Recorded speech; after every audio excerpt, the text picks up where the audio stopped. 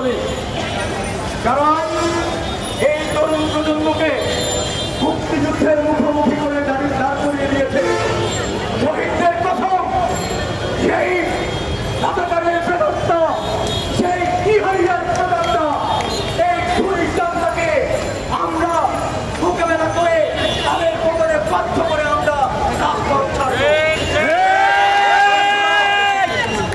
গত 15 বছরে যে তরুণদের বয়স 15 থেকে 25, তাদেরকে মুক্তিযুদ্ধের গল্প শোনান।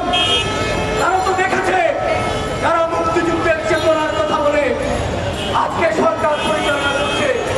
মুক্তিযুদ্ধের চেতনার অর্থ দুর্নীতি, মুক্তিযুদ্ধের চেতনার অর্থ বিদেশে অর্থ পাচার, মুক্তিযুদ্ধের চেতনার অর্থ বিশ্ববিদ্যালয় কলেজের হলগুলো দখল করা, মুক্তিযুদ্ধের চেতনার অর্থ দুর্নীতি করা, মুক্তিযুদ্ধের চেতনার অর্থ ঘুষ দুর্নীতি, মুক্তিযুদ্ধের চেতনার অর্থ ধর্ষণ।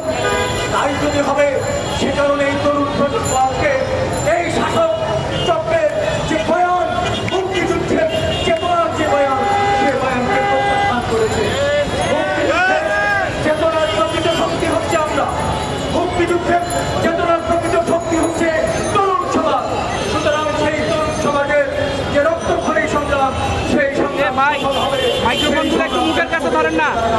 আপনাদের সকলকে ধন্যবাদ।